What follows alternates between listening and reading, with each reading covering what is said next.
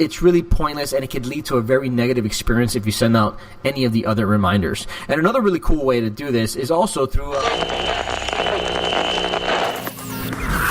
Welcome to the Growth Hacking Secrets Show with Carlos A. Vasquez, where we share actionable strategies and tactics to grow businesses no matter what industry you're in. Now your host, Carlos A. Vasquez.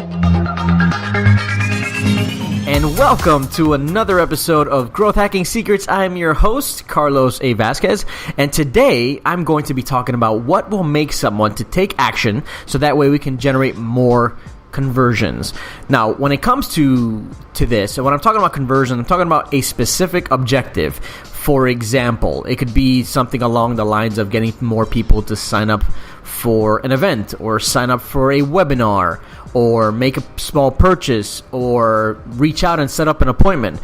These are primarily the objectives that this would really work for, because the commitment is not as high. And when I say the commitment not being as high, I'm talking about like a very low priced item, or a free phone call, or for like a registration for a webinar or something, okay? Now, I learned this from Digital Marketer, which I happen to be a Digital Marketer certified partner, and one of the things that I've learned was that there are 3 emotions that people take action on. And when you invoke one of these emotions from someone, then usually they will take action. Those 3 emotions are gain, logic, and fear.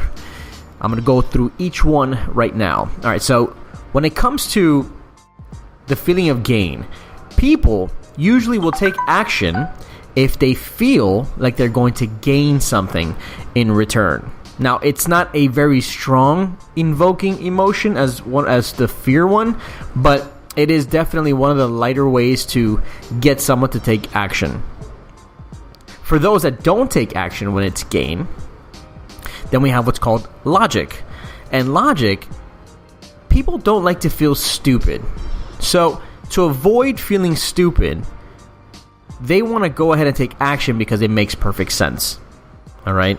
So logic allows people to go ahead and feel like they're being smarter because it's something that makes perfect sense. And then we have fear.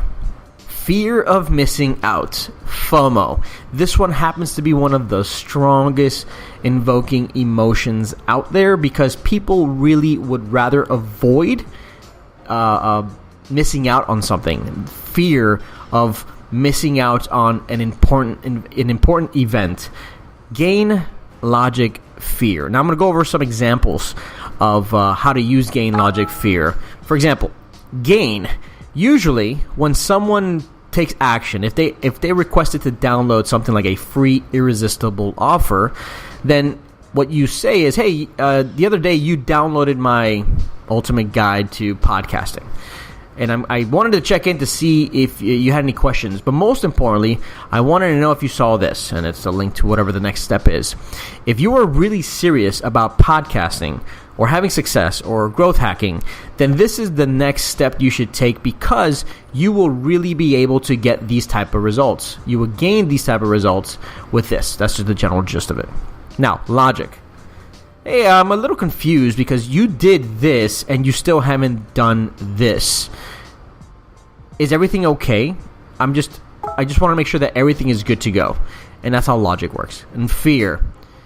Hey, the other day you did this, but I'm afraid that time is running out and you may miss out on this opportunity. So if you're really serious about doing this, then you really, really need to jump on this before it's all sold out or it's all locked out or whatever the case is, right? So gain, logic, and fear.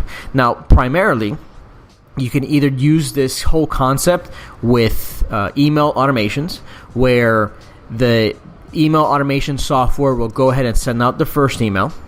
And then it'll wait a day, right? Or 2 days or whatever you set it to be.